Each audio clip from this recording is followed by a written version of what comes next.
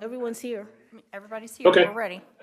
All right. I'll call to order the January 31st special meeting of Public Works. Can we get the roll call? Chairman Weggie, Here. Alderman Gould, Here. Alderman Lockmiller, Here.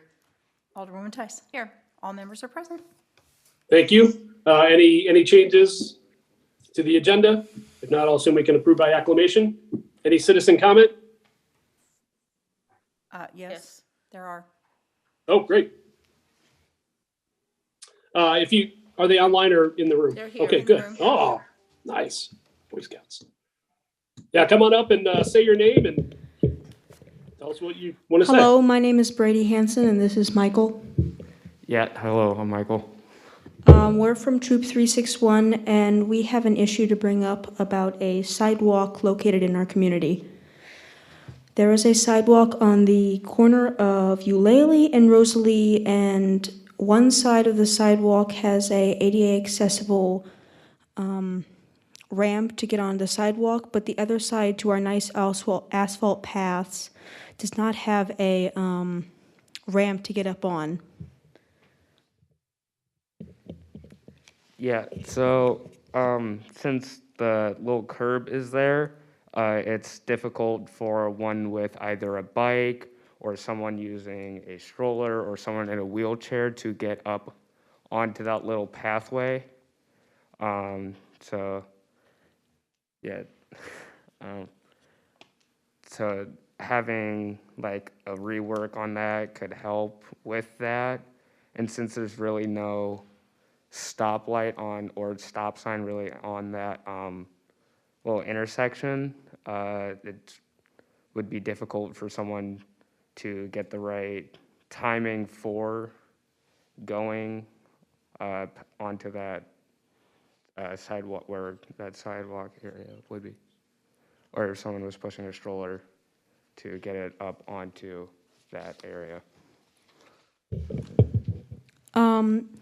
We think that the correct solution for this would be a small curb or ramp, ramp on the curb. We have a picture of it here.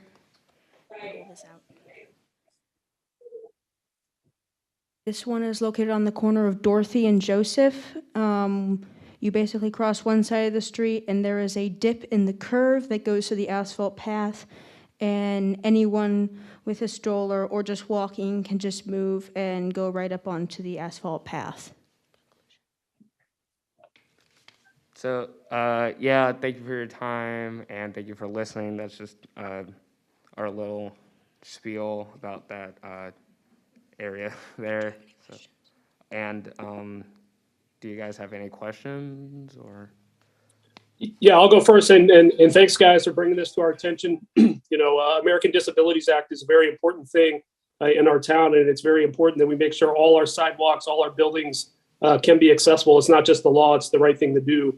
And we do rely on citizens like yourself to let us know when there is a shortfall. So, if you don't mind, can you make sure that I'm sure Dan's in there somewhere, Dan Gumersheimer, that he knows exactly where you're talking about. And I'll make sure we follow up with them and get that fixed as quickly as we can. And I really do. I am grateful for you bringing that to our attention.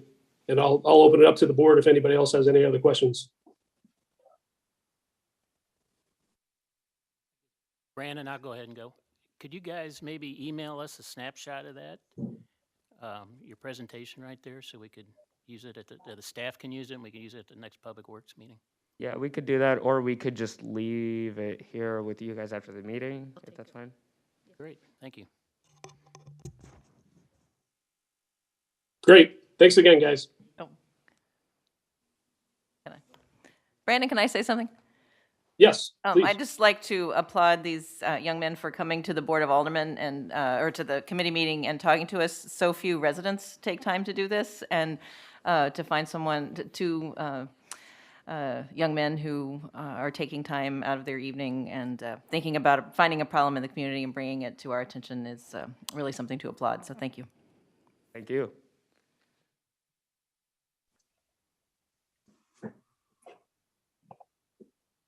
Okay, Kelly, anybody else? I think that's it. Okay, move on to report of chair and alderman. The only thing I have is thanks to Bola and Dan and Craig. I know we have a lot of impending traffic changes happening all over the city right now. I think we've had pretty good communications out through social media, keeping the Board of Aldermen informed of what's going on. So I appreciate that, and I hope we keep that up and over communicate on all the stuff that's coming, just so everybody is aware. So thank you for that. Alderman Gould? No report. Steve? Alderman Lockmuller? Alderman Parker Tice? No report. Okay, all right. And the reason for this season, item 5, it's time to talk playground equipment.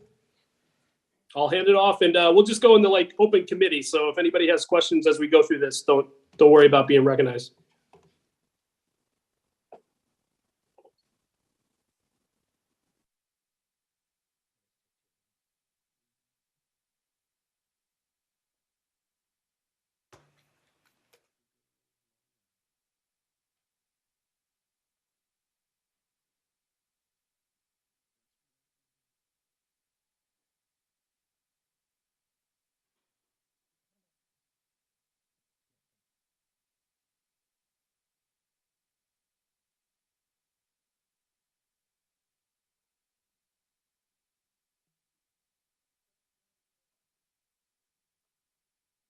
I already had this ready to go, and it timed out on us. Reconnecting to ClickShare.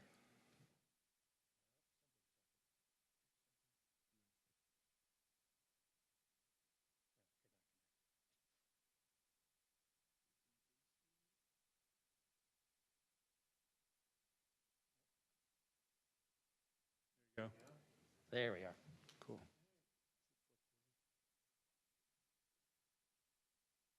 How do you get this? Oh, there we go. Great. All right. Good evening, Public Works Committee. My name is Craig Schiller with Navigate Building Solutions. And on behalf of the Brentwood staff, SWT, who's a landscape architect, and myself, we're really excited to be here tonight to present the new playground equipment. We received proposals recently, so we're excited to share those with you, plus a progress update on design.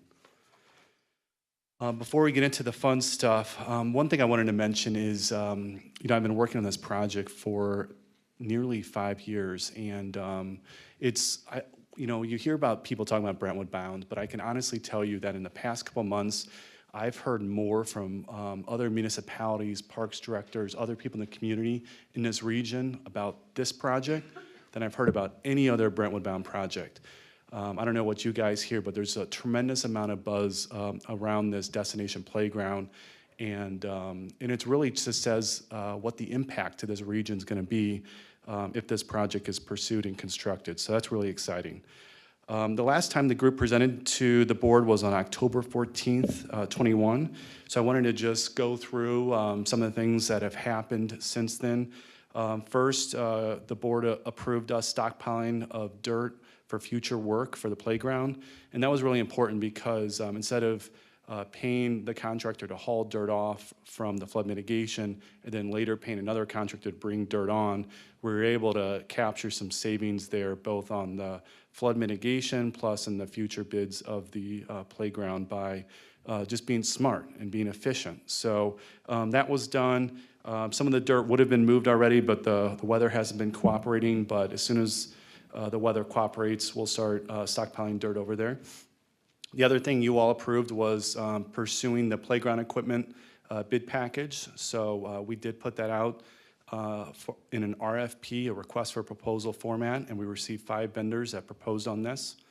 Next, SWT moved forward on their design plans for this $5 million regional destination amenity. So they'll be going through that later and showing you the latest design and the evolution of this project. SWT also has been coordinating with MSD. They did their first project review submittal, which is a critical step because working with MSD takes multiple submittals, takes several months.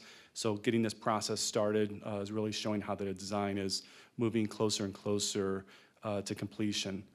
Another component of this project is Pendleton Avenue will have to get vacated, and that's because these improvements will go up Pendleton Avenue, and there will be a trail connection, and we need to adjust grades. So we've been working on that Pendleton Avenue vacation and talking with one of the residents that would be impacted by this, and they've been very supportive of this project and of that Pendleton Avenue vacation. Next, it's been exciting about having this project and new renderings and how this can support economic renewal. We've been talking with, we hear feedback from developers, and they really are excited about this project because as part of any development, we believe that there's going to be a residential multifamily component, and what better asset to have next to a big residential development than having this unbelievable destination playground and water play. Another important part of this process is maximizing bid competition. That's really important because this approach we're going to talk to you about is very unique to this project. The project could have just gone through design, completed it, and just had one single source playground equipment that was specified and therefore would have been bid. The downside of that is you may not have seen some of the uniqueness and other ideas from other playground equipment providers, but also more importantly, the city would not have gotten best value. Because when you have a single source contractor, they're going to increase their margins because they know they have no competition. So this approach has been able to maximize the value for the city of Brentwood, which is great. And then lastly, by moving this project along what we have, we've been able to leverage grants and donations. We presented late in 2021 how Eric led another municipal grant that was received for this project, which awarded the city $370,000. So that couldn't have been done if this project design didn't start, because they require certain information to actually award grants. So that was really exciting. So next is the playground equipment selection process. And this is a different process. We wanted to really talk through this with you all because all the other projects we've done with Brentwood Bound, we've completed design, we put it out to bid, and we had contractors bid this. The reason why playground equipment's different is because the playground equipment vendors actually design their own components of their equipment that they provide. So we need them to complete that, and then they also will provide that design to SWT, and SWT will need their design to finish SWT's design, because some of this playground equipment ties into some of the improvements that SWT has in their project. So that's why we had to bring in a playground equipment vendor early and not when the construction documents were complete, because there needs to be a couple months of these vendors working with SWT to allow for the project's design documents to be completed. And then that way, when that gets put out to bid, which is the next bid package, a general contractor will understand all the details that are going in to actually bid this project. And the general contractor will also bid on the installation of the playground equipment, because the playground equipment providers only supply the equipment and provide the design. They don't install it. So that's why this is different. This is different than all the other projects we've done here. So what makes this different? So first, we developed a bid package and specification for the play equipment. That was done in fall of '21. The city then put out an RFP, request for proposal, December 7th. The city received 5 playground equipment proposals on January 7th. The design review committee, consisting of Brentwood staff, SWT, and Navigate, met on January 10th and started looking at all the different cut sheets for all the different playground equipment, because it's not very easy. When you look at these proposals, the answer doesn't come out and scream at you, because all these pieces of equipment are custom. Sometimes the pieces of equipment actually respond to the documents, the RFP, sometimes they don't. And so we really had to spend a lot of time vetting each piece of equipment. In addition, this RFP was set up to allow the city to select pieces of equipment from all the different vendors. It's not like you just pick from one vendor and you get every piece of playground equipment. The city had the ability to pick from each vendor one or more pieces of equipment. So that's another unique part about this. So we went through all the different cut sheets. You can see these images. We've spent hours and hours reviewing this. And then SWT then had some follow-up items with the various vendors. They spent some time going through some questions that the committee put together. The committee then got back together with this information and confirmed final selections. That was on January 24th. And then here we are tonight presenting this all to you all.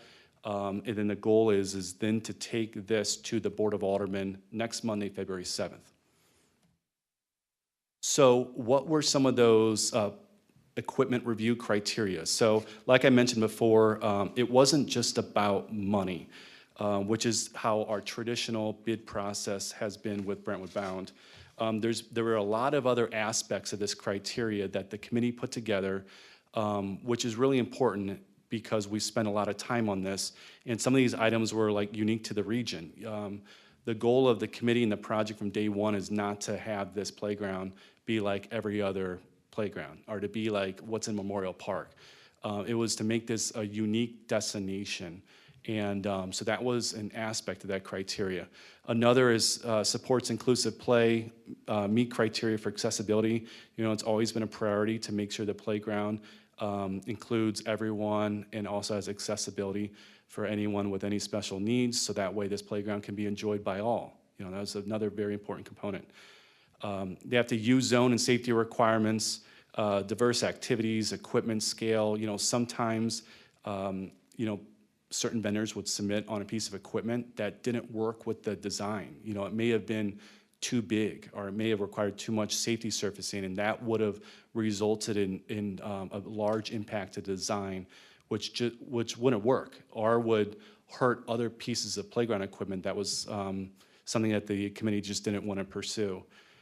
Meets the overall theme. You know, there is a general theme with this playground that the team wanted to make sure that they're picking playground equipment that goes with that theme, and that way when you walk in this playground, it doesn't seem like, you know, why is this piece here? It doesn't make any sense next to this piece. So that was a very important part of the criteria.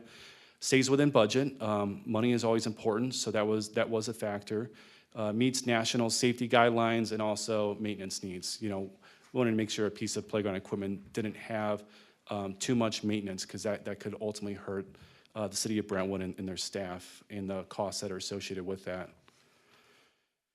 So next is how the cost breakdown works. So the team was charged with continuing design for a $5 million playground. And something that someone could wonder is why, you know, if the playground equipment's $1.1 million, where's the other money that equals $5 million? And as you can see, that's just a fraction of this overall destination playground and water play. There's a lot of grading that's associated with this. There's a lot of hardscapes. Hardscapes are like concrete. You know, there's a lot of pavements, and that water play area consists of retaining walls and concrete. The pavilion, this is the large pavilion that's actually above the water play area. The equipment install and surfacing. So like I mentioned, the playground equipment suppliers do not install it. In addition, there's a tremendous amount of safety surfacing. That's that rubber surfacing underneath the playground equipment that needs to be installed. Landscaping, irrigation, utilities, which are like underground storm pipes, electrical, water, owner furnishings, and then lastly is the playground equipment that we're going to be talking through with you all. These numbers are generally rounded, you know, and this is based on the latest estimate. I can tell you, as design has advanced from last spring to now, these numbers are constantly changing at every design interval, and estimates being updated, not only due to the nature of design advancement and the more we learn about where the design's going, but also just due to the conditions of the market and pricing changing on a weekly and monthly basis. So this is where we are now. These numbers have been rounded, but I will assure you that these numbers will continue to change as design advances.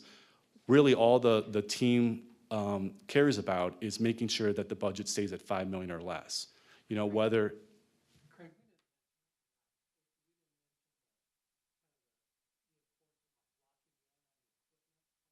Sure.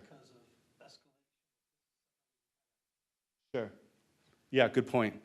So, so that's about how these numbers and they can change. One thing that Ted brings up a good point is another reason why we wanted to put out the playground equipment early, beyond what I already mentioned, was Playground equipment is, some of these pieces are made in different parts of the world. A lot of them are made of all these materials that we're hearing about in the news about fluctuating pricing.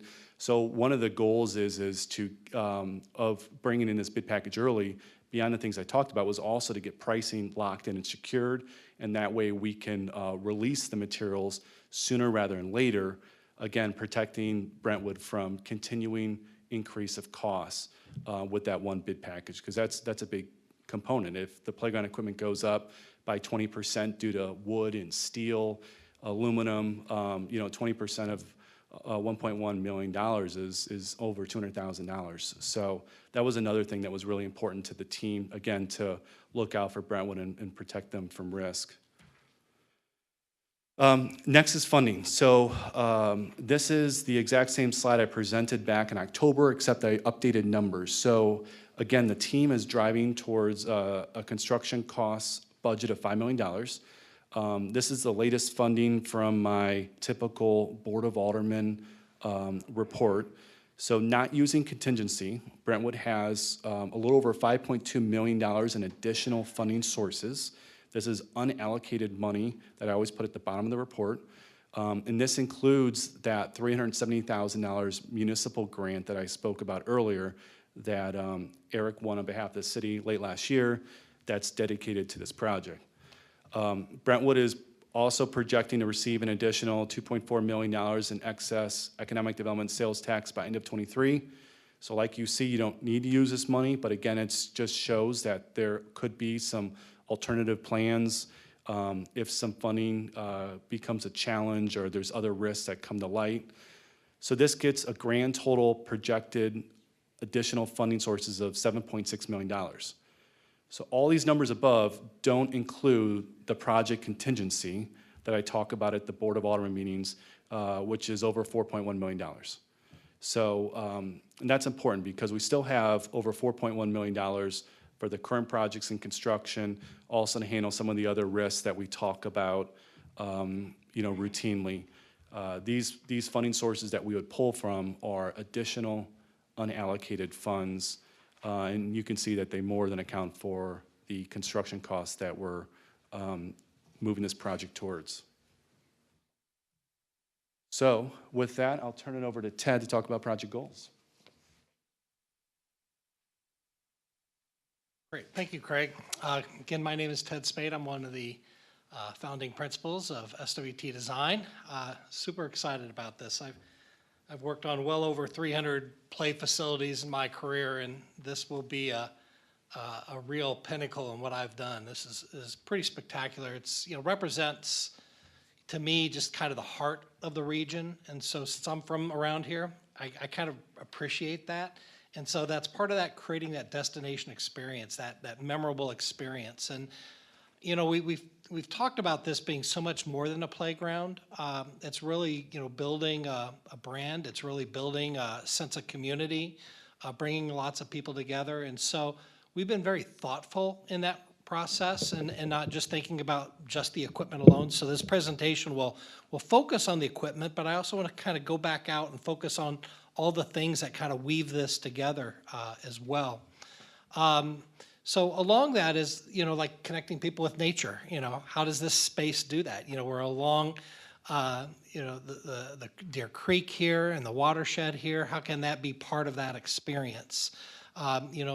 Craig already talked about economic renewal and how that is involved. This is a little over 3 acres of play facility that is going to be here. And this is bigger than any of the play facilities that you saw, like O'Day Park, was right around that 2.1 acre side. And when we started this project, when you had that little box in the RFQ, that was 1 acre, just to give you an idea. And so we really wanted to make sure we kept all those goals in mind. Getting back to that zone, even though the pink area here represents the play experience area, really it's this entire park, it's this entire corridor that really connects the city of Brentwood together with the neighborhoods and the greater region as we think about GRG and those connections. Some of you have probably seen this rendering update that's been done. Again, it gives you a sense of scale. right? It really has a sense of awe and vastness to it, but yet we want to bring people into this in a real human way. You may recall we've continued to speak about this as a number of play environments. It's just not one big area. It's a series of play areas. I've referred to the northern half being the family fun area, the middle purple circle being the hub. That's where the main pavilion is. The water play area along the kind of the low end of the site. The adventure spine, which provides this kind of connectivity to the whole play environment. And then the crazy climb area, which is going to be highly active with lots of older kids in particular will be in this area. So these 5 areas set up the framework of how we think about the selection of play equipment. So as we think about that, accessibility and connectivity is critical. This looks like a chaotic diagram, and it's probably the way kids are going to function in this space. It's going to be a lot of connectivity, a lot of fun, a lot of running around. But the key theme here are those kind of, I call them the 2 black question marks there, those 2 curly cues. Those are the main ADA routes that take you through the space, and from a wayfinding standpoint, really brings you into that space. The orange dots represent kind of the key portals into the play area to kind of, meet me by the front edge of this, by the parking lot kind of attitude. And then the purple lines represent all those paths of connections. And that in itself is a series of play, right? Is having these kind of spaces of getting around. I've always, when I go back and look at some of our play facilities, like Veterans Tribute Park, it's fun to see how kids use those spaces. They use them, quite frankly, in ways that sometimes I never thought of, like underneath the bridges and how do they get into those spaces and climb on things, and that's great. It's really discovering those spaces that are critical. So what I want to first do is kind of walk you through each one of the major play spaces and the equipment that we landed on. And like Craig said, we wanted to think about kind of the theming of this, and in particular, we wanted to make sure that we were purchasing and looking at play equipment pieces that are either rarely used in our region or have never been used. One of them I know has not been used in the Midwest yet. So thinking of things that are fresh and unique. And sometimes we'll talk about playground equipment and people go, oh, I want to do the rocket ship, I want to do the fire truck. Well, the rocket ship is only a rocket ship and a fire truck is only a fire truck, right? So when you look at pieces that we pick out, the main piece here, which is on the bottom right-hand side, the orchard climber, maybe you can call it an amoeba, but I will tell you, it's very free form, it's very engaging. We wanted to think of pieces that people can get up to. A wheelchair can come up to it. It's ground-based. You could transfer to it. So we think about those elements. And we wanted this piece to not be quite as tall and as heroic as the piece that I'll show you later on in the Crazy Climb. The other major component that I know people are very excited about are swings. You'll see the swings are located off to the left.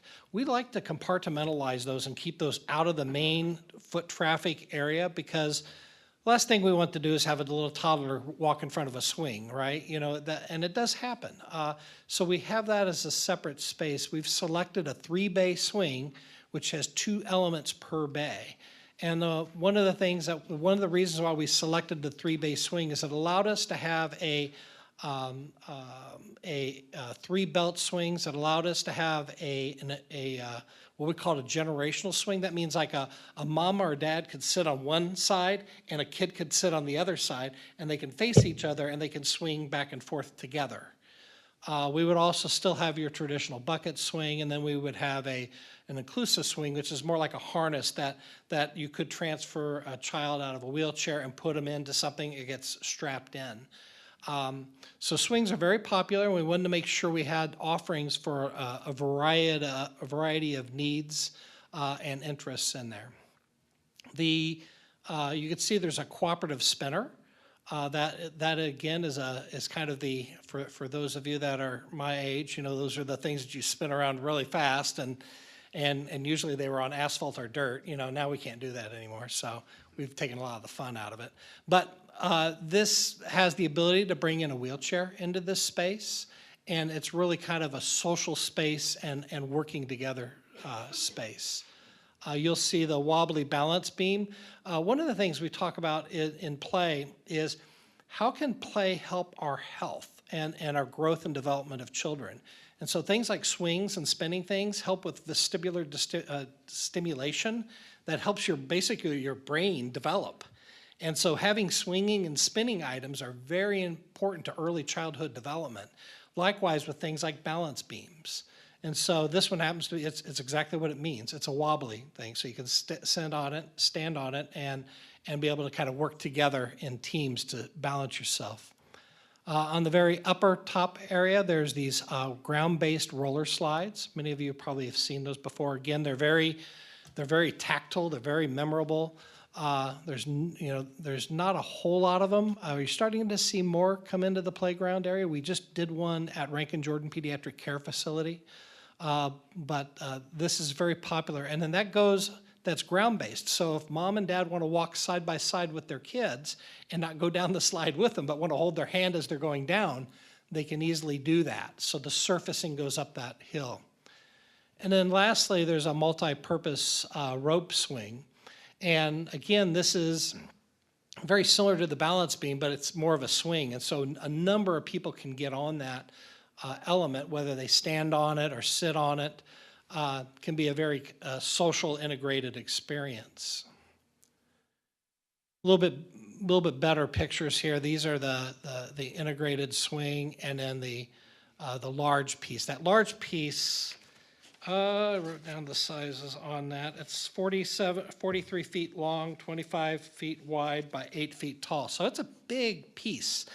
And its capacity, I think we had that on there, is about 60 kids. So when you think about how many people does this, this space alone will hold about 100 kids in it in a really popular day.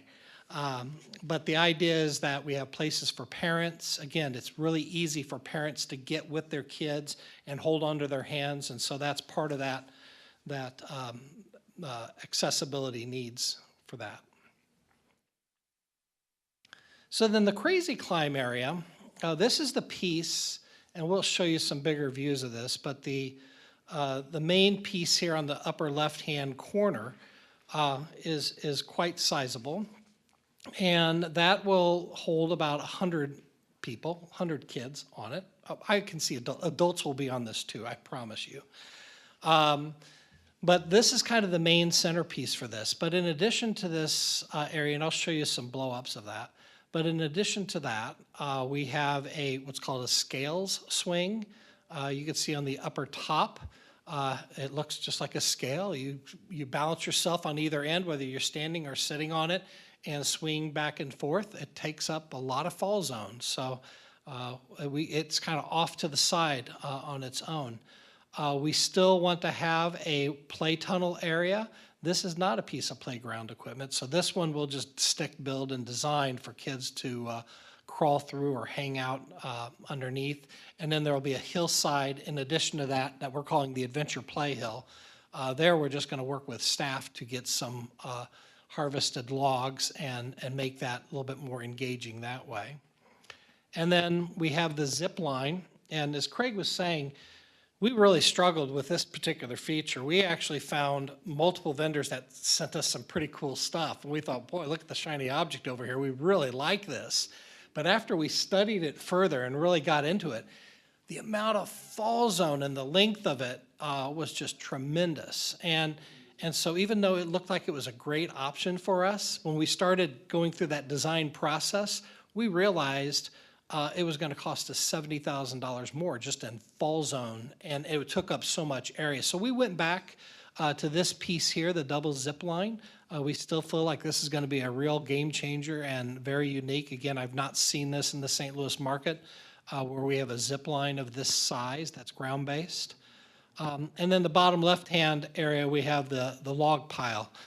This is a vendor-provided element that has a net in the middle and logs to climb on. Again, we want to have that kind of, safe engagement of spaces where you have resilient surfacing underneath it. And Craig had mentioned a poured in place, but we're actually going to have 3 different types of resilient surfacings. In this area here, it's going to be more of the wood mulch, what's called FIBAR system, engineered wood fiber.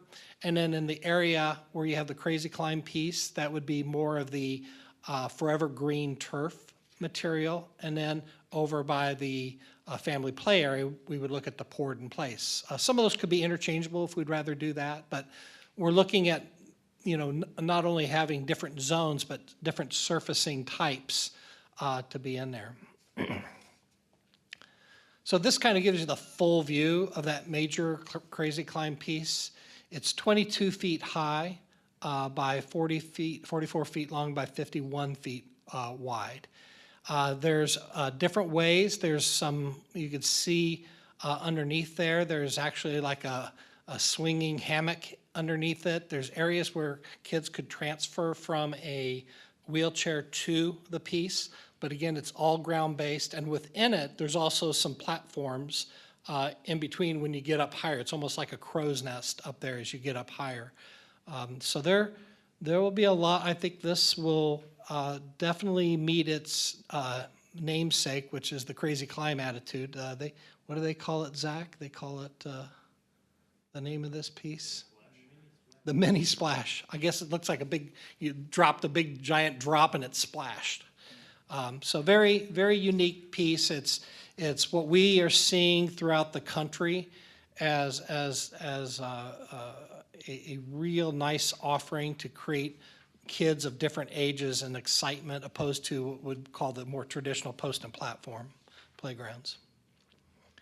To give you a size comparison, both Memorial Park and Oak Tree Park, the entire playground equipment area, play area, is engulfed by the size of just this one piece, just to give you a sense of scale.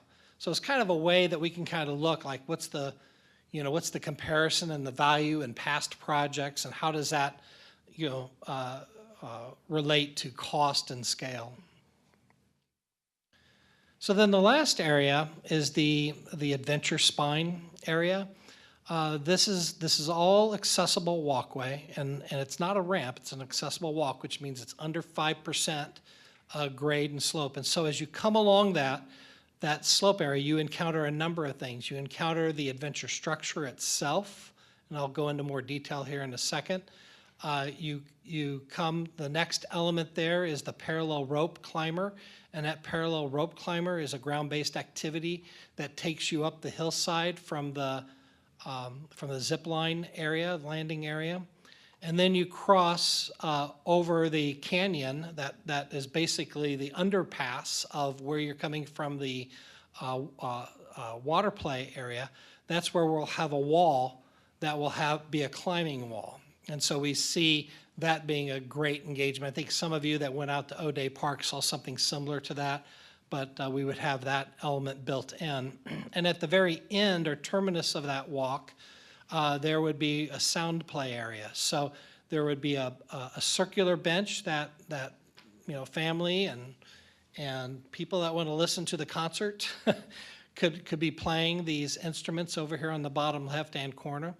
Or if you want to escape the music, you can go down the slide really quickly over to your right-hand slide. So again, it's a large ground-based slide. Now in this case, it's 13 feet high. That's a substantial slide, ground-based slide that goes 30 feet long. So this will be quite the activity coming down in this area.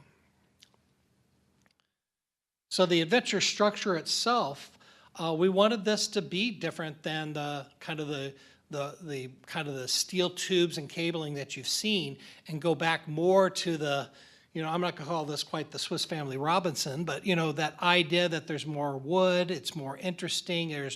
There's cargo netting, there's bridges that swing a little bit. There will be one main transfer ramp, so a person that is in a wheelchair can come from the main walk and get into the middle over there where you see that stainless steel slide on the right-hand corner, and get to that portion of of the playground. We always call that kind of the power position, right? We want to have anybody who is not able to get there by their own 2 feet to still get out into the middle of it all, right? You know, I think that's how we create inclusiveness, right? We want people of all abilities to be together at key moments within the play area, and this would be a key moment.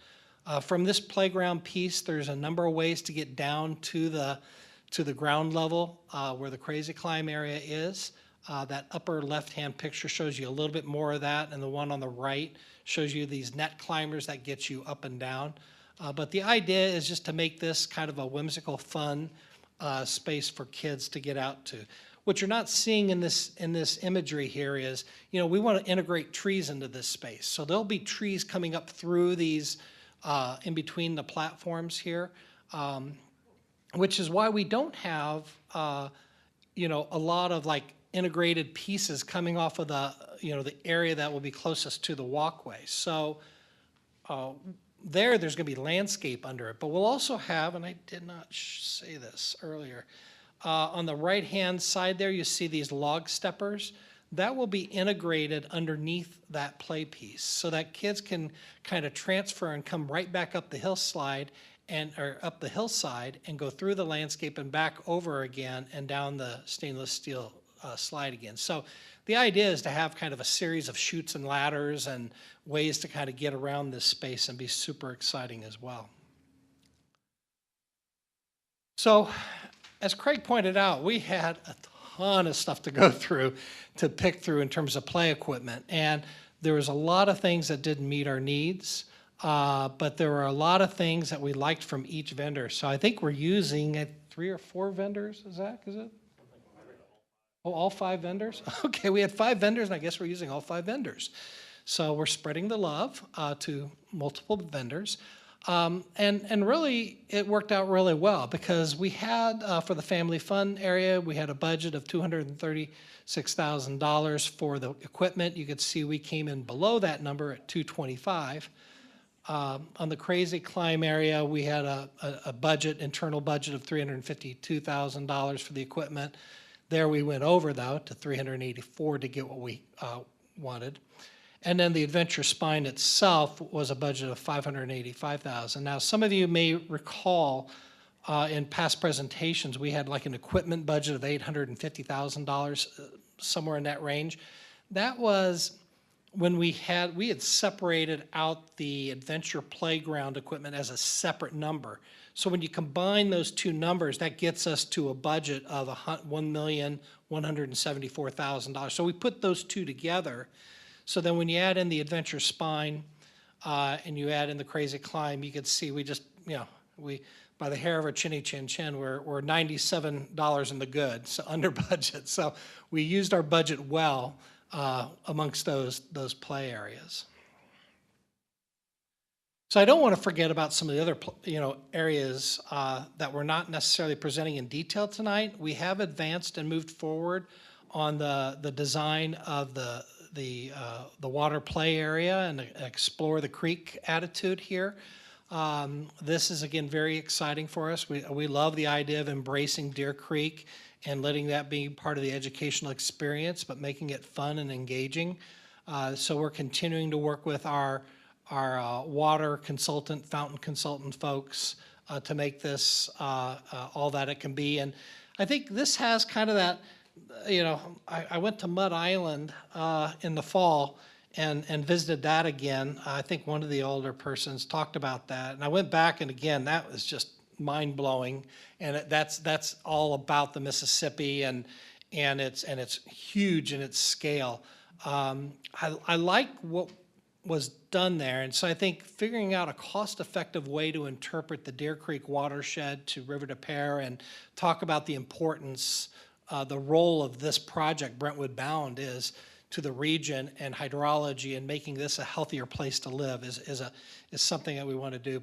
But these components have not changed since the last time you've seen this, but I wanted to bring that up as a key component. And then so when you put all those pieces back together again, it really creates an overall destination experience. Part of the things I like to talk about is the parkitecture, or in this case, the architecture. The parkitecture is what makes a sense of place. It's the built elements. You know, we could pick something out of a catalog and it would look like something out of the catalog that may be in other parks, but we are doing a unique shade structure here on the upper right-hand corner and moving forward with engineering of this, being kind of the focal point within the hub. It also happens to be part of the what I call the mini water play area. And so the water that's going to be up here is going to go into a drain that then will spit out the wall and go and be recirculated into the rest of the water play area. So that will be quite fun and engaging. And then on the left-hand, upper left-hand side is the alternate pavilion for the family play area overlook. And then the other structure, the bottom right-hand, is the arrival entry portal structure. Again, we want this to be a multi-seasonal experience. You know, I think sometimes when we do these meetings with you guys, we're you know, like architects, they're thinking about the interior of the building, and that the seasons inside the building are all the same, except you're using, you know, gas in the winter and you're using maybe electric in the summer. Here, the seasons are changing. We have an ephemeral quality here. And so we want to make sure that we're using landscape that is native and natural and speaks to the seasons. We want to make sure that we have materials that feel like you're from Missouri or from Brentwood, and thinking about exposed aggregate concrete and the rock that we use. Thinking about regional materials is important. And I should mention too, it's just the sensory. It's the multi-sensory experience. So when you guys look at those play equipment pieces, think about the memories and kind of that sensory experience that people are having. Stormwater management, as Craig said earlier, we are going through a vigorous effort with MSD to make this not only a performative stormwater management, but we want it to be an artful and beautiful stormwater management area. And so that's where having a really thoughtful landscape design is going to be important to this project. So that when you break out these components, we are still identifying 5 alternates. There's the alternate 4 at the top is the family fun shade structure. We still are identifying the possibility of a water recapture system, which is on the bottom left, or you know, hard left there, number 1. And then alternate number 5, an overlook that would cross over the GRG trail and overlook the amphitheater area, and then the 2 portals. So a lot of these things, a couple of these things, we're looking to have the designs ready. And if we get a wonderful, favorable, optimistic bid market when this all goes out, maybe we can pick off some of those alternates as we learn more about our contingencies going forward. So schedule, Craig, do you want me to keep going or you want to take this on? You want to take it? All right, you go. Okay, so schedule. So December and January, we went through the playground equipment bidding process, so we're wrapping that up with our presentation tonight. We've been working through design. The goal is SWT will get that wrapped up by end of March, along with all the permitting required for this project. April 2022, that would be that last bid package I was talking about earlier. That would go out to bid, and that would be a traditional hard bid approach like you guys have seen us do with the previous Brentwood bound projects. That would allow for construction to start in May of 22 and be completed in spring of 23, which aligns with the rest of Brentwood Park, which would be really exciting. So what we're looking from all of you is a couple approvals, if you guys support it. The first one is the approval of the proposed playground equipment and authorization for the city to go into contract with the proposed vendors. So like we mentioned earlier, the project did come in under budget, so we're excited about that. But it's critical that we move forward with those vendors if you all want to continue to pursue this unbelievable destination playground, due to the need for those vendors to come on board to help with design, and also due to the need to secure that pricing to mitigate escalation risk. Next is approval for SWT to proceed with the preparation of the construction documents for a $5 million destination playground and water play, engaging those playground equipment companies to assist with that design. And then lastly is approval of a change order with SWT to design the family pavilion so it can be included in the destination play design as a bid alternate. And the reason for this is SWT's contract is to design a $5 million playground. So once we've gone through this estimating, started looking at some of these alternates, the pavilion was something that really pushed it well above $5 million. And there is an additional fee to go with that design of that pavilion, which is $22,590. So Eric and the team feel that it's important for this design to be done because this is something that Eric feels strongly that he could come up with some private donations to help support that additional cost for this pavilion. So in addition, it would be hard to do that pavilion later. So we thought it'd be prudent to bring this change order to you all to consider that, to allow for this alternate to be part of the design, to be potentially incorporated into the project if funding were to be made available. So that is the presentation. Eric is gonna wrap this up, so I'll turn it over to Eric Grunsfelder, the Parks Director for Brentwood. Thank you.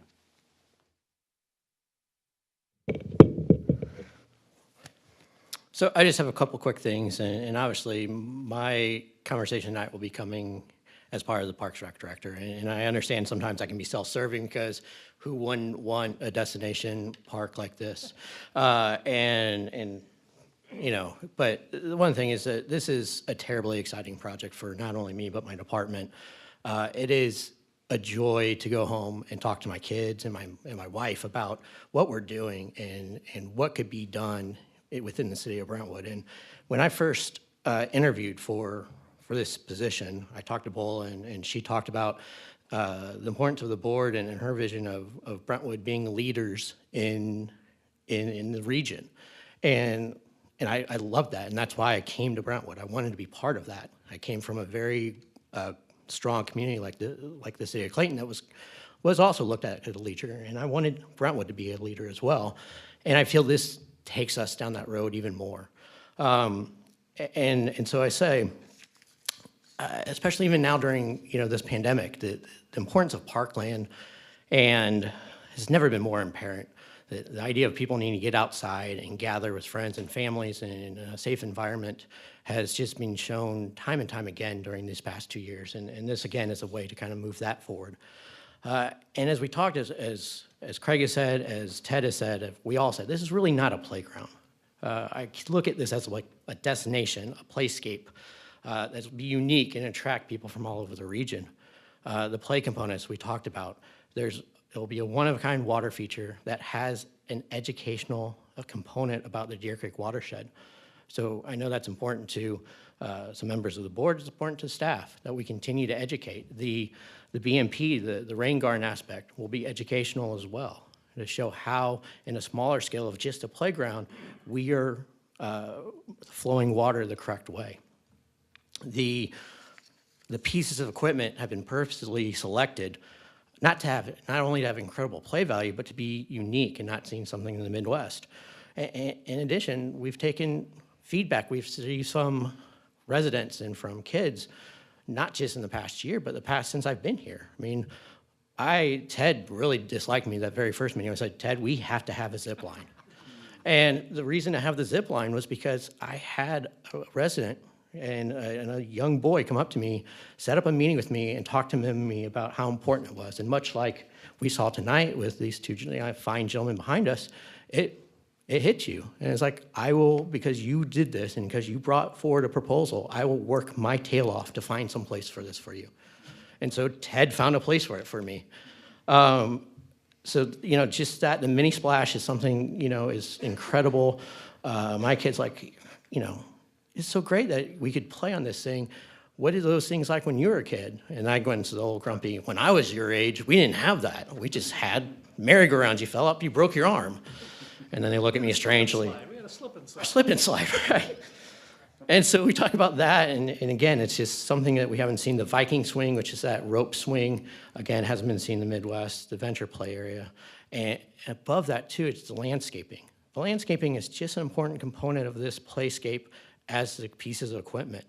It is designed to, we have taken a very industrial area of the city, and I was looking at Google Earth the other day, and you take a look at what that area looked like before, and now you see the rendering of this beautifully landscaped area, and it's transformative, and it's what I wanted to be when I came to Brentwood. We used topography, which again is a huge trend in playground.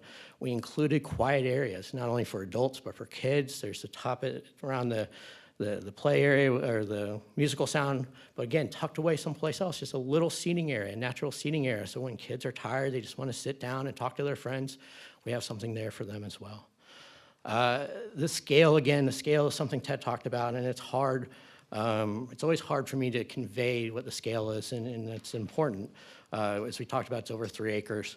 It is twice as large as the event lawn and pavilion. So you think about that humongous space that we have, this space is going to be twice as big. And not only is it big, it just fits into the contours of the park. It makes it feel a lot more park-like than we did when we had a smaller park or a smaller playground with a soccer field. It was all kind of disjointed, and this has kind of brought this whole park together. If you took this out, the 3 acres there, it would be the city's 6th largest park. It'd be bigger than Broughton, Leewin Trail, McKnight Park, Rogers Parkway. It'd also be bigger than the main green space in Oak Tree Park. So if you think about scale, it's just as big as that. The Oak Tree gets a little bit bigger because of the natural area. And again, I think, as I talked about, it just creates a better park experience. So a couple more things there. And lastly, and this is where I get a little bit preachy, I apologize, but I truly believe that this is an economic catalyst for the city. We've discussed the social, mental, physical benefits of playgrounds time and time again. That's what I do. That's what parks and recreation directors are supposed to do. But it is important to have something that can drive economic value. And there's tons of studies that shows the increase of surrounding property values and increase of the tax base because of playgrounds like this. Businesses look to relocate in cities that have this type of park amenity because they know they can attract good workers. We'll work with fees and charges, fees and usage for those things, pavilions, and we're already discussing how we incorporate this play space, hopefully, into the grand opening and all the different things we can do in that space itself. And also, we believe that it's going to bring in regional usage, which means then they stay in the city and they go to restaurants, they go to Starbucks before they come to the park. So, and again, not just me. Study after study has proved it. Playgrounds serve as a hub or social activity and community, and people often spend money when they gather together. So restaurants, businesses located near parks frequently report the increase in customers when parks are heavily utilized. The National Association of Realtors survey says that homeowners are willing to pay 10% more for a home close to a park. So not only will we redevelop the area around Manchester Road, but probably that neighborhood behind us as well. Recent survey in Area Development Magazine found 75% of corporate executives rated quality of life features like parks and open spaces as important when choosing to locate their business. And again, in New York, destination playgrounds are funded by the economic development money to bring back families and businesses to Lower Manhattan after September 11th. So again, on a national scale. Locally, I've always envisioned, I've talked about time and time, won't bore you guys again, about how this park will work hand in hand with the redevelopment area. How you come to the park in the morning for a farmer's market, you go shop in the retail area, you come back and play on the playground, you eat lunch. God help, I hope that there's a winery or bar that you can come and spend some time overlooking the lake, and then you come back to the concert at night and then you can walk home. You can spend your whole day in this area working in tandem with the redevelopment. And we've heard that from developers. We've had a meeting with a developer who talks about not just building buildings, but building community, live, work, play. And one of the reasons he's excited to be preparing a RFP for the city is because of this playground and the trails associated with the park. So it is something that we see coming forward. Last is just operationally is timing. The timing to do it's now. This park is under construction, so it's the easiest time. The this economy of scale will be a lot better now if we try to do this 4, 5, 6 years from now. In addition, we won't be tearing up a brand new park with construction vehicles as we're trying to build something if we want to build this at a later time.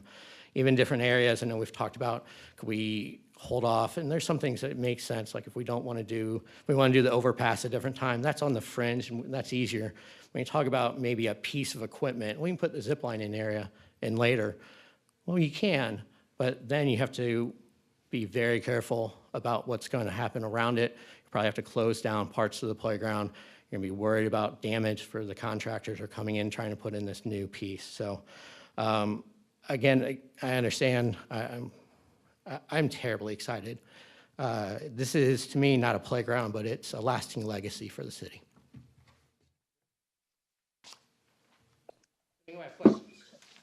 Yeah, hey, Eric, thank you very much. Craig, Ted, thank you very much. Fantastic presentation. I'll open it up to the committee. I have some questions, but I'll let everybody else go first. And then also I see some aldermen in the audience there. So if you have questions, feel free to ask them as well after the committee. But I would ask you to come up to the microphone just so we can hear you, what you're saying, Jeff and I.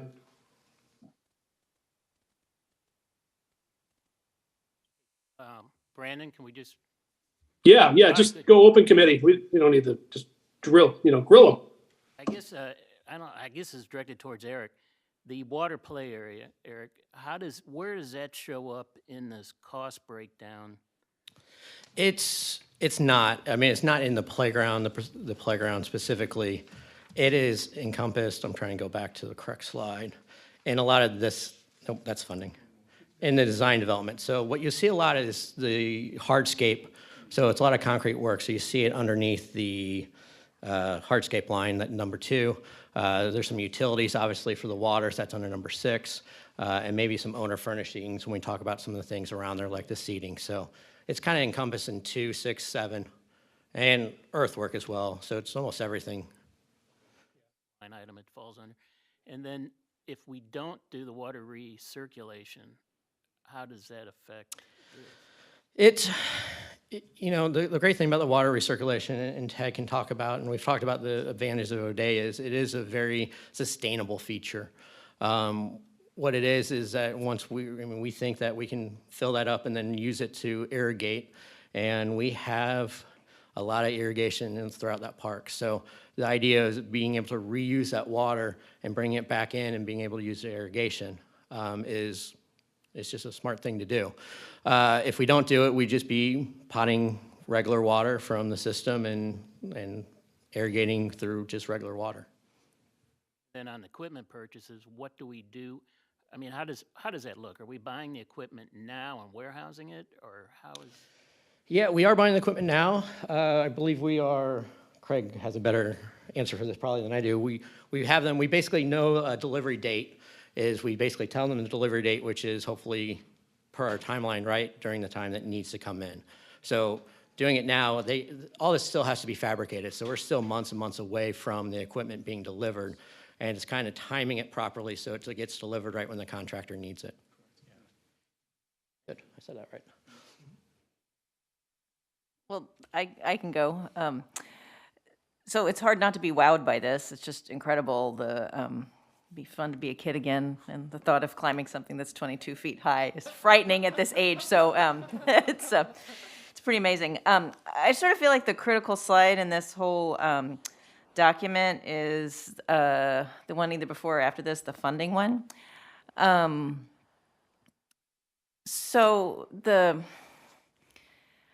guess I think of the first section a little differently. Those numbers that Craig puts down below in his spreadsheet, I sort of feel like those have come in for certain things. Like we got $370,000 for the playground, so we're going to spend $370,000 on the playground. Or we got $20,000 for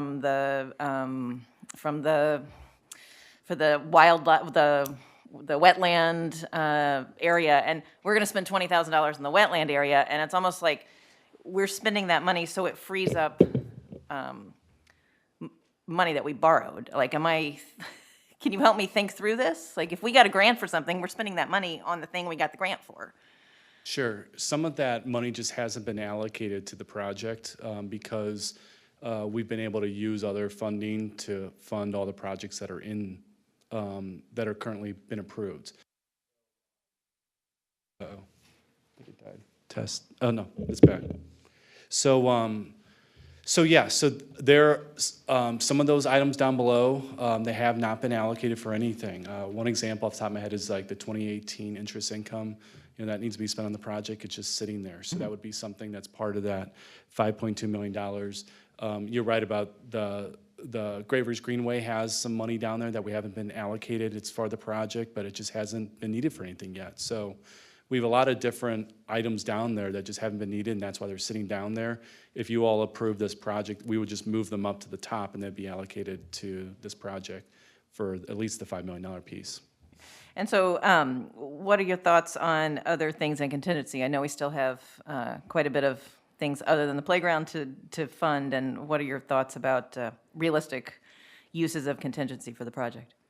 So the contingency, did it die off again? Just connecting to base unit. You know, $4.1 million is a lot of money, so that's great because we still do have over a year of construction of these current projects. The good thing is that we've moved a lot of dirt in phase one, a tremendous amount, and we've been very lucky not to uncover any major issues, which is why we haven't spent a lot of contingency.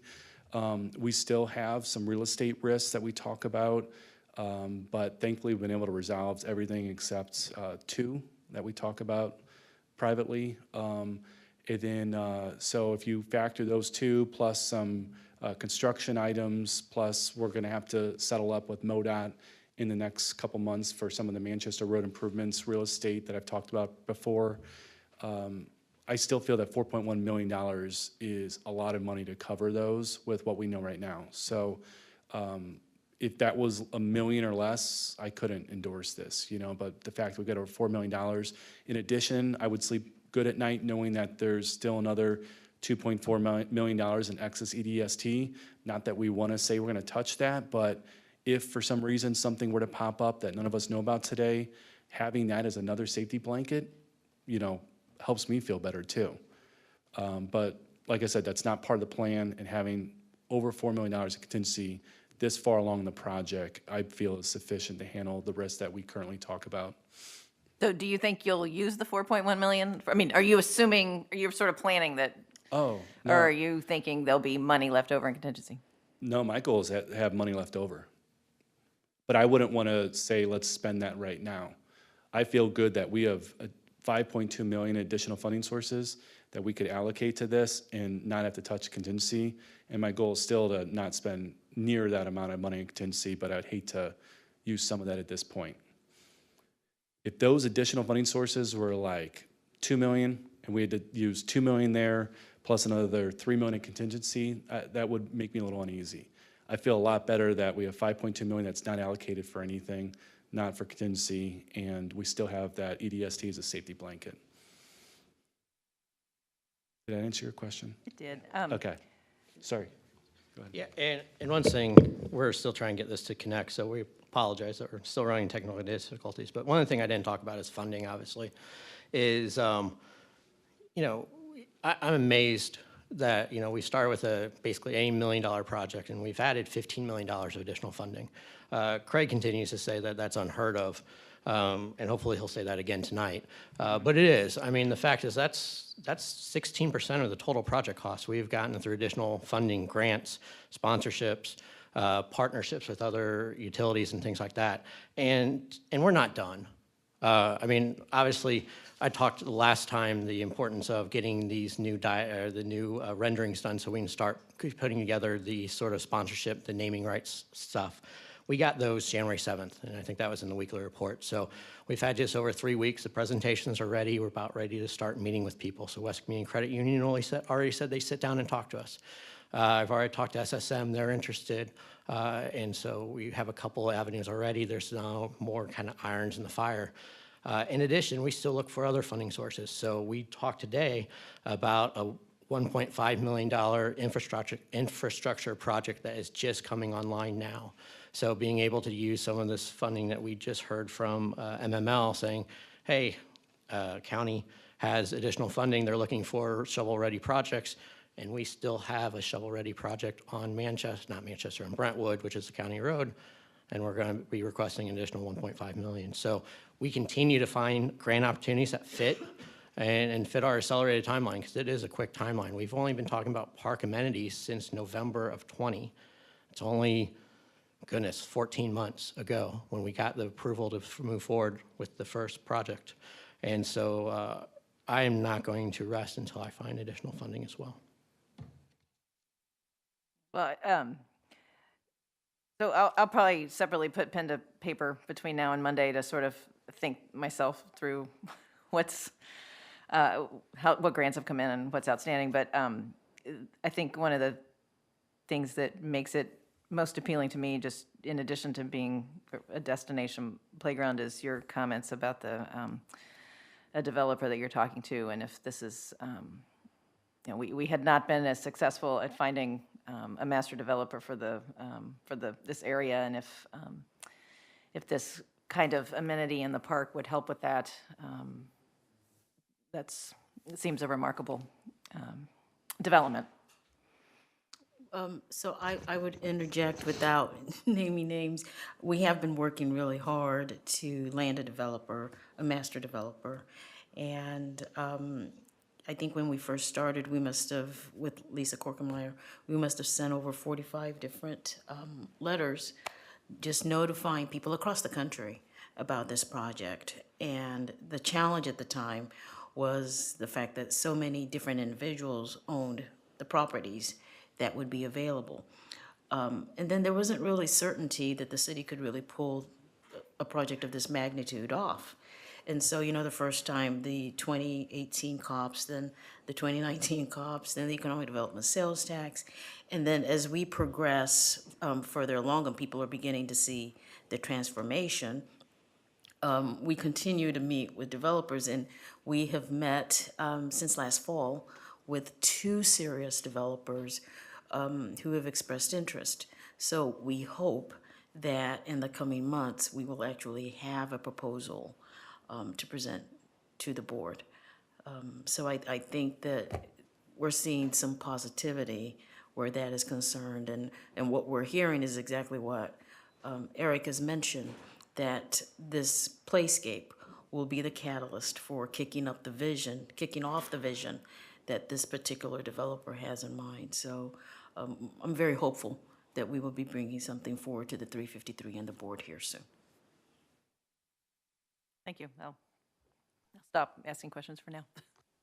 Jeff, any questions? Yeah, go ahead, Jeff. My question actually dovetails off of that. As far as potential additional funding sources, Eric, have you seen where there might be a developer interest in the area, and part of it is because of the amenity that we're going to be creating?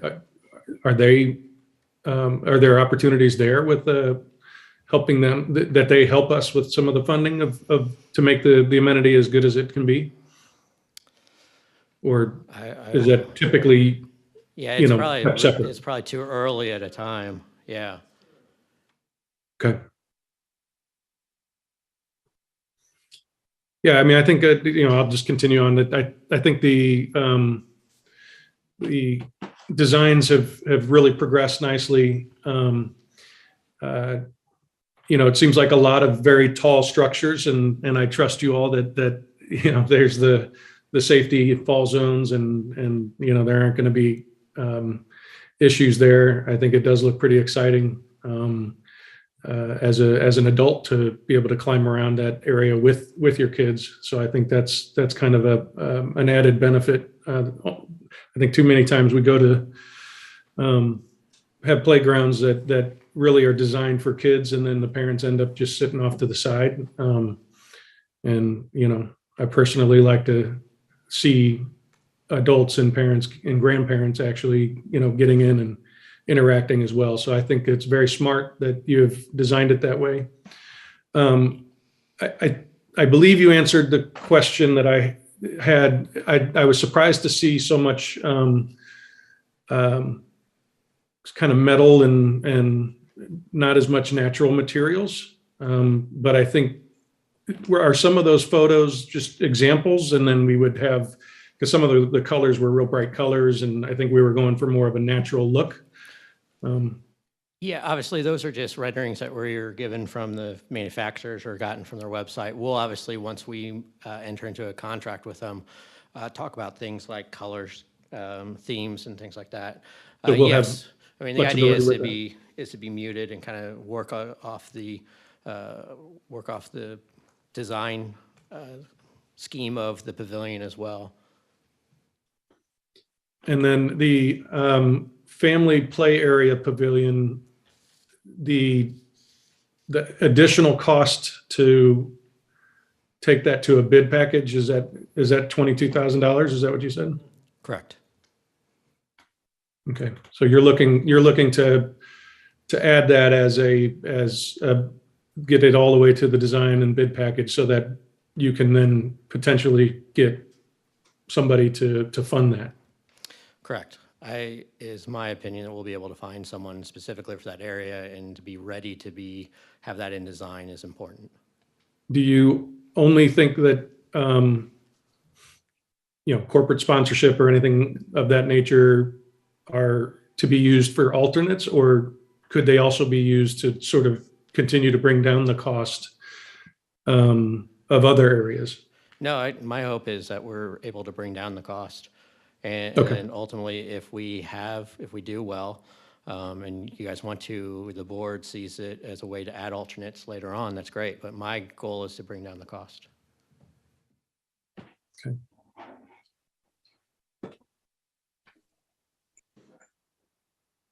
Is that it, Jeff? For now, I might have more. Let me. Okay. I'll recognize, I see Kathy back there. Any aldermen or mayors in the audience that want to ask any questions, now is your chance. And the thought here is that this might save some time when this comes to the full board, so we have better understanding going to that. I have questions, not money, but questions, and several different kinds. First, the colors came to mind.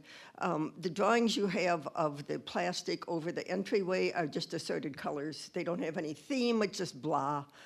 Can we pick a couple colors, whether it's purple and gold to go with the high school or whatever, but can we have a theme and have two colors that are repeated through it with maybe a third accent color, and do something that would say this is Brentwood, not just a hodgepodge of colors.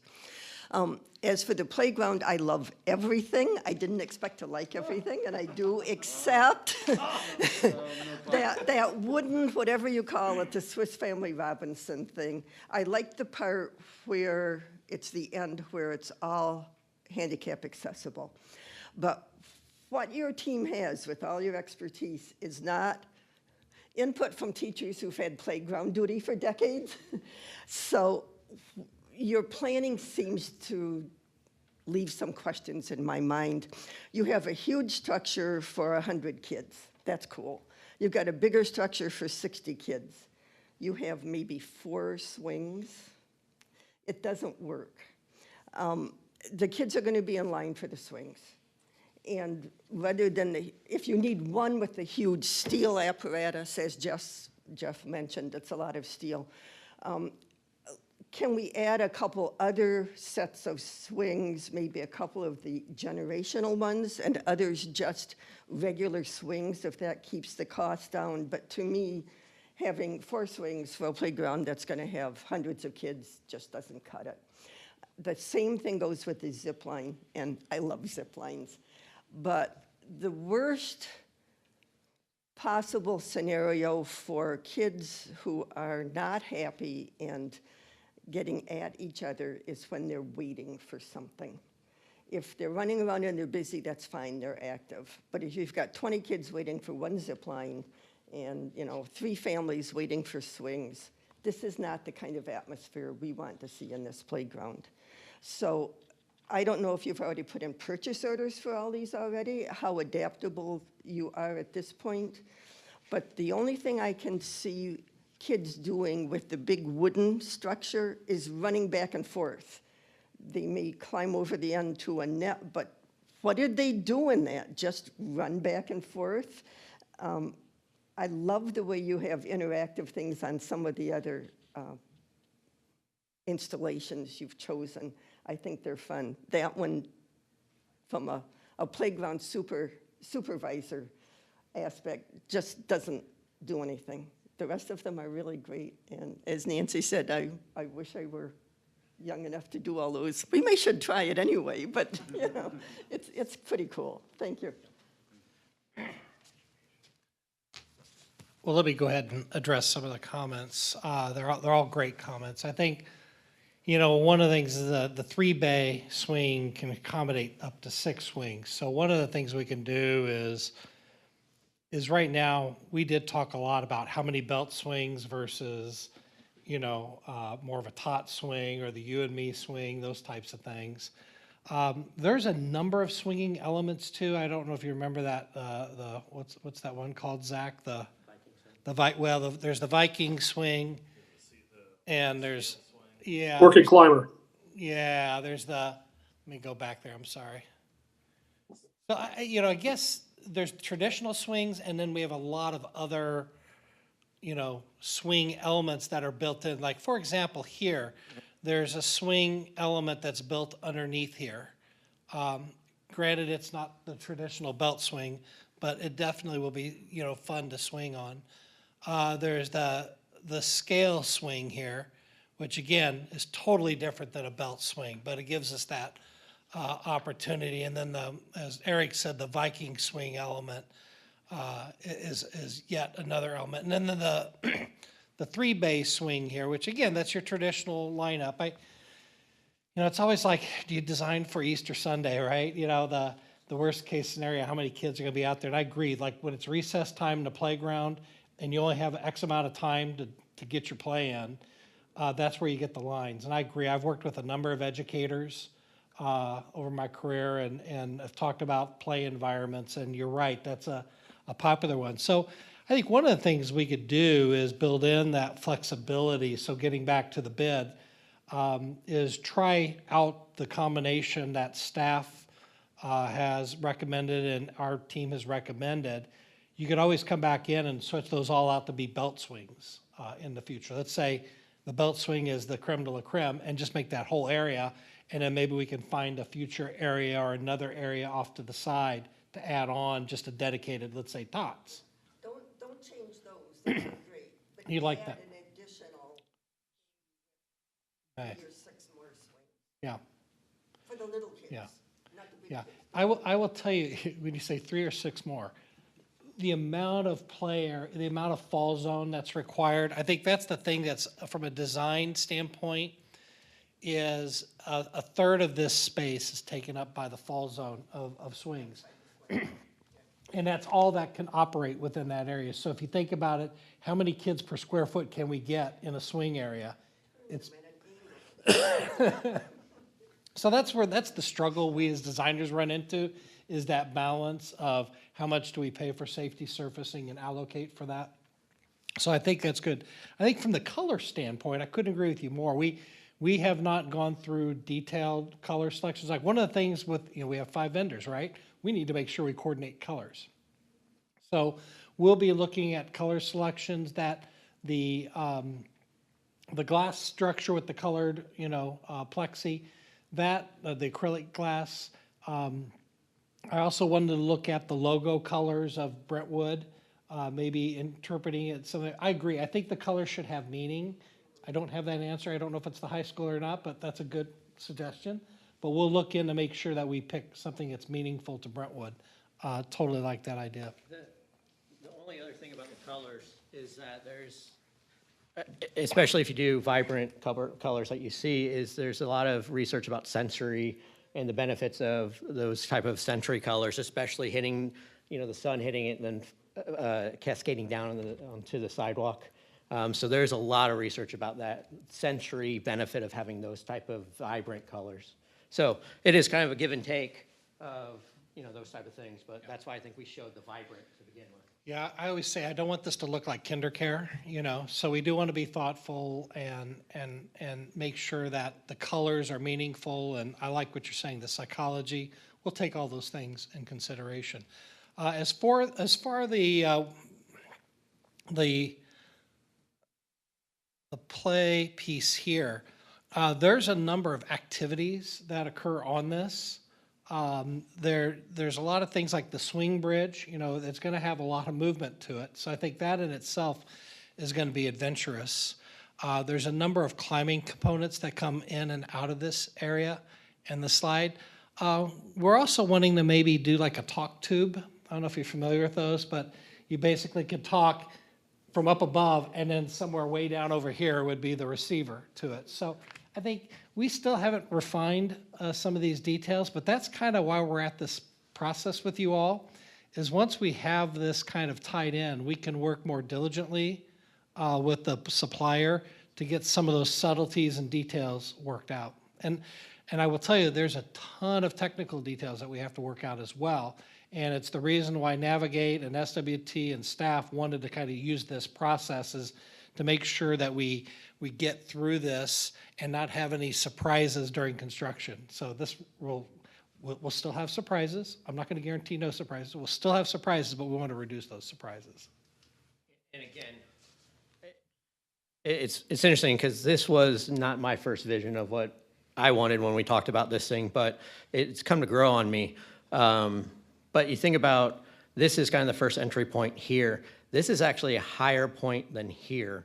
So you're actually going up in elevation, so you're kind of getting a little bit more of an overlook. And then this is actually, if I remember correctly, 2 stories. So you come in the bottom, then you can climb up to the top. And so there's a lot of interplay within this whole area.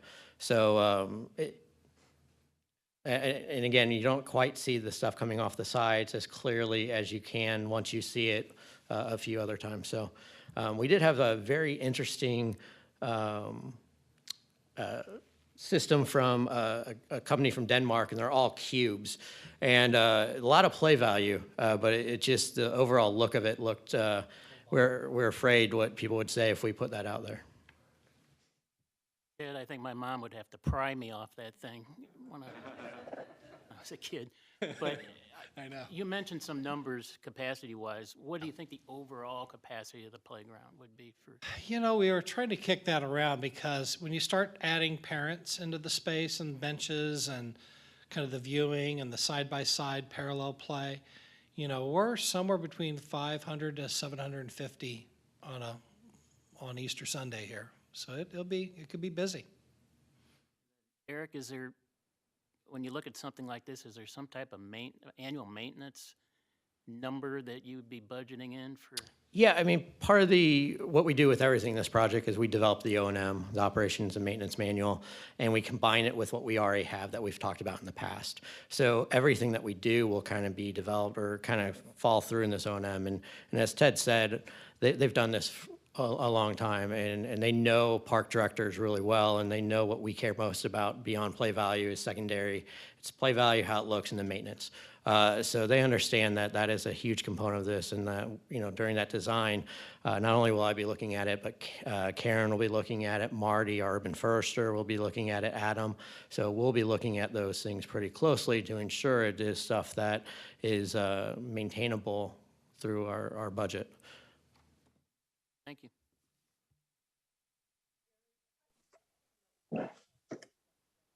Yeah, Jeff?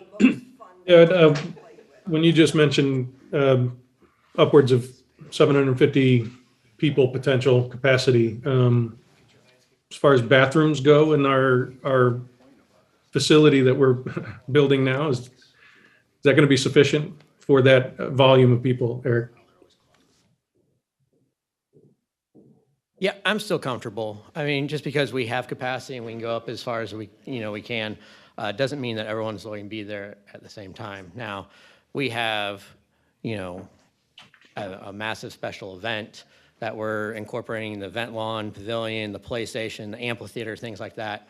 We might need to look at secondary facilities if that's what it comes down to. Nothing different than what we do during Brentwood Days or Brentwood Backyard Bash when we bring in porta potties. So, on a day-to-day basis, I think we're sized fine. Okay. And then as far as colors go, I think your mood board has good reference for bright natural colors. The one that has all the textures and leaves and different.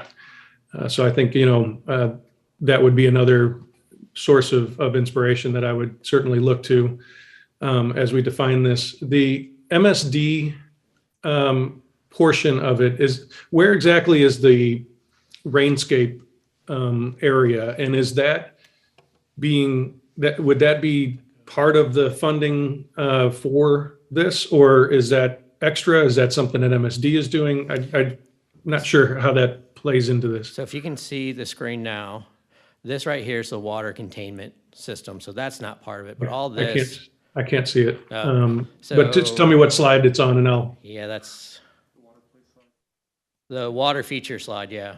So if you go to the slide with the water feature, Okay, got it. slide 20, thank you. So you see, to the furthest left is a bigger creek-like bluish area. At Yeah. the top of that, at the north of it, is the water containment. That is a bit alternate. But everything down below is being done as part of the design right now because we have to follow MSD requirements. So that is part of it, and we're talking, as we talked about, how we educate users about how this works on a smaller scale here to a larger scale. Yeah, I think, Jeff, to that area, so the next slide is the overall slide. All of our stormwater BMP area is going to follow the GRG trail to the south end. So all of our stormwater management things that we're going to be taking care of will be in there. A thought did occur to me, and I don't know if Chantal's brought this up from the civil side, is I don't know if Project Clear or if there's any MSD grants. Are you guys able to get any more grant money from MSD or? We're looking into it. I mean, Okay. We've already received one MSD grant, but since Yeah. we can start approaching those. It could be like even the water recovery system, we're working right now to try and get about a little over $2 million in grants for Forest Park from MSD. So there are some things on this project that I should probably talk to you guys about, but in general, all of our stormwater management will be handled at that south end. Okay, and then, and I think you mentioned this before, but that wouldn't always have water in it, right? That's only gonna have water when it, rains and needs it. So what we're showing right now is sort of a ever-present stream there, and again, not the water play feature, We're rendering it as if it's ever present, and it's not. It's just simply denoting where that water course would be. Okay. So, for example, if we do have the water recovery system, and let's say we have a 22,000 gallon tank there, and we get a lot of we get more water runoff, we'd have overflow from that tank that would go down that channel. So we're just trying to identify there's a dry creek through there that water would go down, and then it would go down to the BMP stormwater management area along the GRG trail. And then that would be a soil system, those rain garden soil system mixes.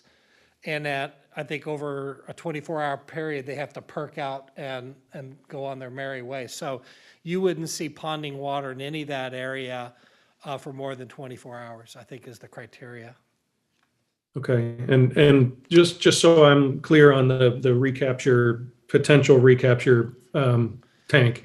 Yep. Is that recapturing from water runoff or recapturing from water that somebody actuates to see it going, in the stream, and then we recollect that water that's being. The latter. So all the water, the potable, or let's say we use potable water, that potable water would then be captured at the very end of the water play area. That water would then be pumped into the tank, because once it's touched humans, it is now considered kind of a gray water. Right. And so that gray water then would be recycled for irrigation. Okay. That's what we're thinking. But it would not include necessarily stormwater capture. I would imagine the water that hits that paved deck area would go in that. Let's say we have a summer rain, it could help fill up that tank as well. Okay. And then last question, and I was actually happy to see our focus group of our young gentlemen here start to get up and say something, because I'd love to hear their responses. But when we had talked about budgeting and getting bids for the equipment, one of the things we talked about was even if we scale back, the equipment itself probably would need to be purchased. Wouldn't be scaling back so much the equipment, but maybe some of the other features. But when you look at it, so just so I'm looking at, and I'm trying to find the page now, but it looked to me like equipment and installation costs are still about $2.3 million worth of the project. Is that accurate? Yeah, when you include installation, yeah, Okay, so and servicing, right. equipment and servicing, regardless, we're at at least a $2.3, $2.5 million playground without all the other stuff.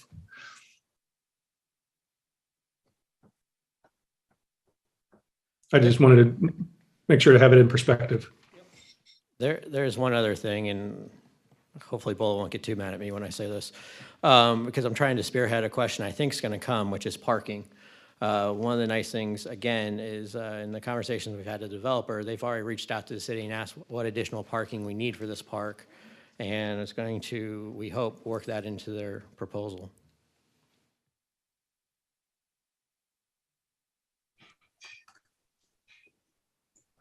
Okay, thank you. So Eric, I have or Craig, everybody, I have some questions too. And then I know we want to recognize the Boy Scouts that are here as well, get their thoughts on it. It's the most qualified people about playgrounds probably. So Ted, on the zip line, how long is that? I believe it's around 200 feet long. Is it? Oh, 120, okay. Maybe that's the one that we threw out. Yeah, 120 feet.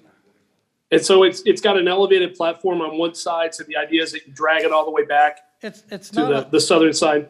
It's not a platform. It's just the topo change. So I think we have about 4 feet of grade change, and it wants to be gradual anyway. We don't want this thing to be a screamer, and something that you belt in. It's definitely governed. We don't. There's a safety consideration here. So there is about 4 feet of fall from one end to the other end.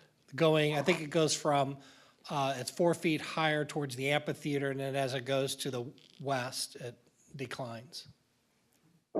Okay. And then on the funding, we're talking about $5 million, but the original plan had $2 million budgeted for the destination playground. Am I correct in that? Yes. That's probably a Craig question. When you say like the original plan when we started with getting the 2018 and 2019 COPs, is that what you meant? Well, because originally we were going to do a $2 million destination playground. I feel like the conversation is $5 million additional, but isn't it really $3 million additional to the original plan? And maybe that's just semantics.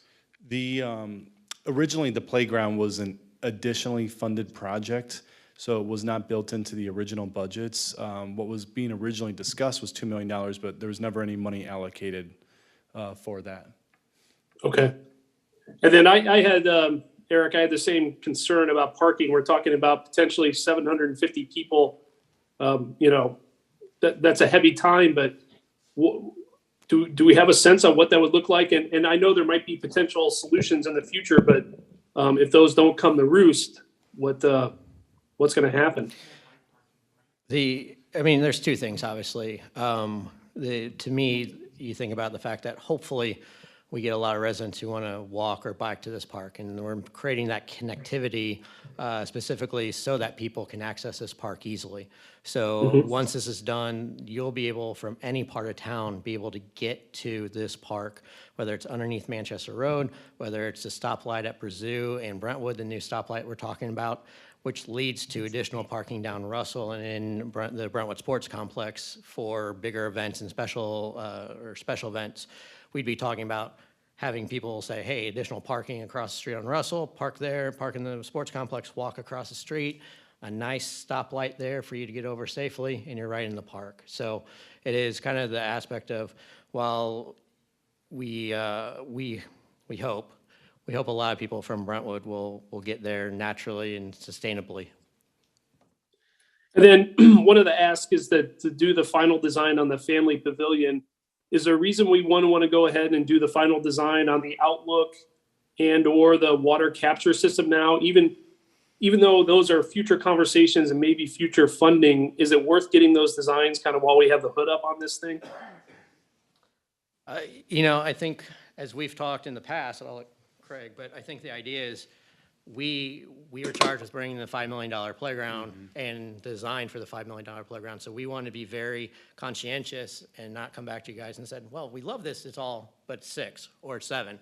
So the idea was we at that last meeting said, hey, here's the 5, it doesn't include these. Sure, I mean, there's economy of scale. It's a classic term, but the economy of scale of doing it all now would save in design costs later on. So there is some economy of scale that way, but it is an additional cost. I mean, it just seems potentially prudent to, I guess I'm mostly thinking about the overlook because there may be some details of the topology that we need to change there once you have a more finalized design of that outlook, even if we're doing that in the future at some point.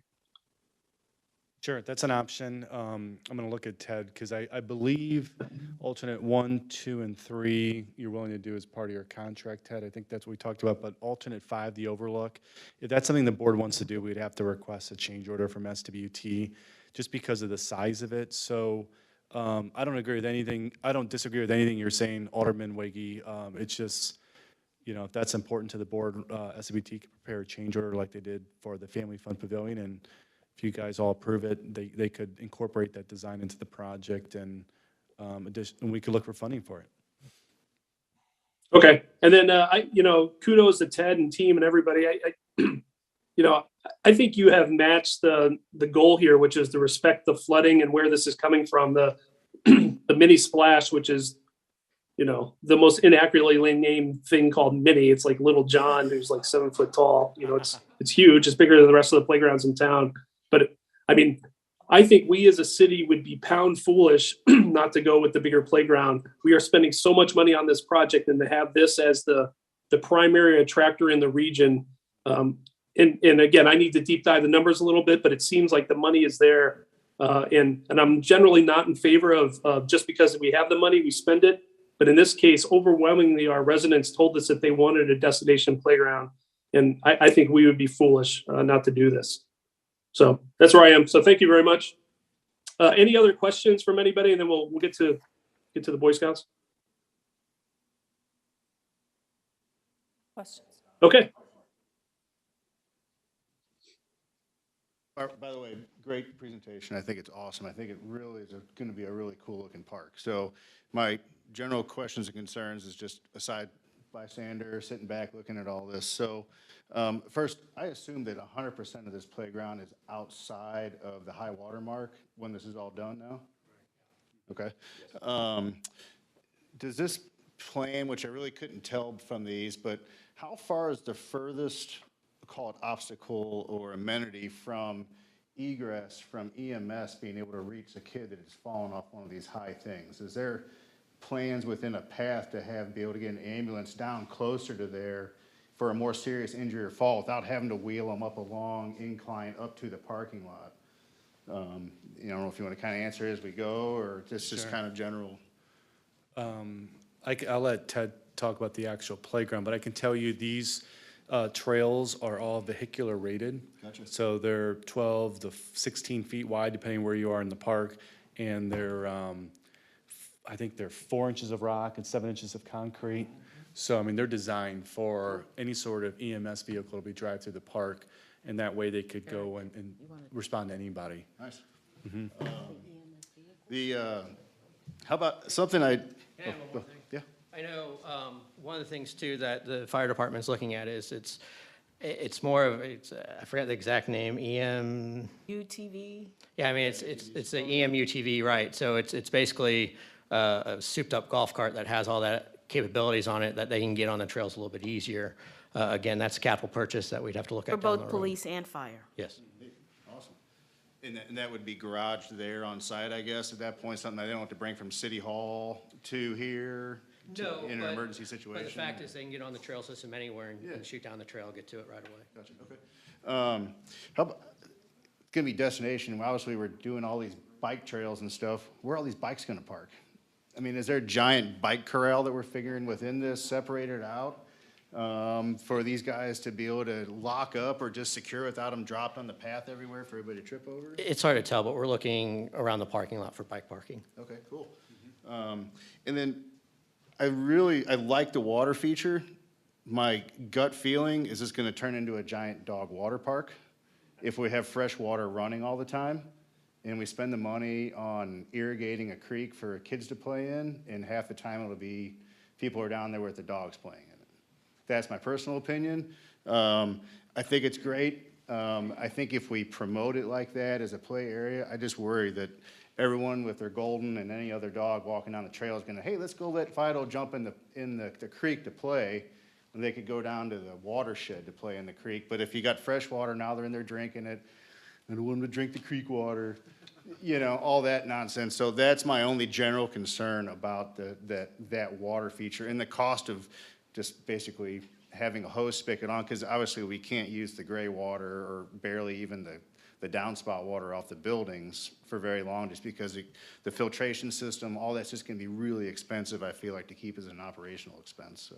So I know it looks like Ted has some questions, but as far as people doing the right thing. I agree. And we've seen a lot of these creeks in other parks, and for the most part, people are respectful of those areas. Doesn't mean you won't have the resident who comes in who doesn't care and lets their dog run up and down, and that's when staff has to get involved and kindly remind them the purpose of that area and let them know that we have a wonderful dog park in Hanley Park. We axed the dog park out of this area. I have a feeling this is not gonna be the new destination dog park. And I did have one other, just quick comment.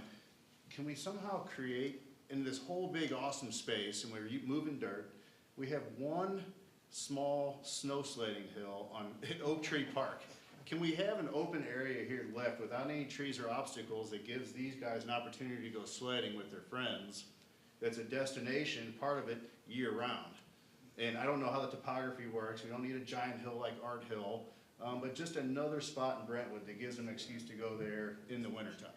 So, you know, park and recreation directors aren't supposed to talk about sledding hills because obviously it's not, but I will say the hill, and Craig and someone else can, maybe Brian, this is north, and here there is an elevation drop of, to that lower part. What is that gonna? So the GRG trail down to the closer to the creek. We're filling that in quite a bit. Down the old ballpark area. I don't know. Gotta get back to you on the Well, actual. Yeah, There's a good drop there, though. I'm just thinking, you know, it's another spot So for kids to go. And the best place is going to happen really is around the phase one, going down into the phase one floodplain, off the backside of the dam. But those areas will be mowed and maintained for these guys. It's not gonna go back to natural wildlife or natural grasses. It won't be mowed or maintained. Some of it, So, but, yeah. a lot of the stuff around that phase one area is actually turf, so. Cool. But Awesome. there's also the amphitheater. You have to Yeah. go over rocks, but that's, Well, that was kind of my concern. The amphitheater would be a great spot, lots of obstacles, no, put on hay bales. I can't condone any of that. No, I understand. I know nothing. Yeah, right, I understand. The only bad part there is you're coming down into a water feature at the bottom of a pond. Ice. Ice is frozen. Okay, so Craig and Eric, hold on, also I wanted I saw the Boy Scouts were gonna get up there for a minute, so I'd love to hear their opinion of what they think about this. Please be positive. You can speak for me if you wish. Okay. But Personally, I really enjoy the park. It's very cool. I like how, I really like the water aspect because lots of the water aspects I've seen, it's just like a fountain, the kids run through it. This is like rivers and some of the pictures you can move the rivers and just like do stuff or like take your boat and just have it go down. Just like some cool stuff. I like a lot of the playgrounds. They're not more like certain things to do, so like you could technically like play tag around it or play your game. It's not like a set thing that this is what you have to do for that. So overall, I really like the playground and the whole setup. Awesome. Well, thanks, guys. So Craig and Eric, there are 3 board approvals that you're asking for. Do you have a preference on if we make those motions here, or is it good enough just to take it to the board on those? We would prefer for a Public Works Committee vote if possible. Okay.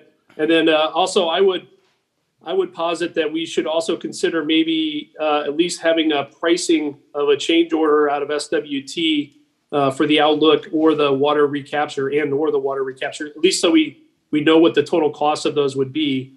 And maybe that's something we consider at the board as well. Yeah, we can bring that to the board next Monday. Okay, do you need a motion for that?